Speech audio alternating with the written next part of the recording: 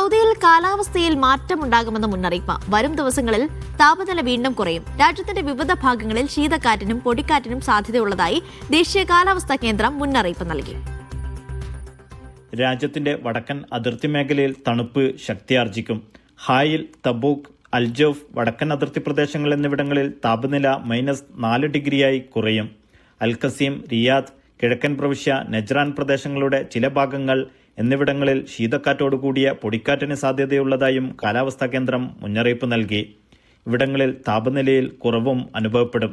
തെക്ക് പടിഞ്ഞാറുള്ള ഉയർന്ന പ്രദേശങ്ങളിലും കിഴക്കൻ ഭാഗങ്ങളിലും മക്ക, മദീന പ്രവിശ്യകളുടെ ചില ഭാഗങ്ങളിലും പൊടിക്കാറ്റ് വ്യാപിക്കുമെന്നും കാലാവസ്ഥാ കേന്ദ്രം അറിയിച്ചു.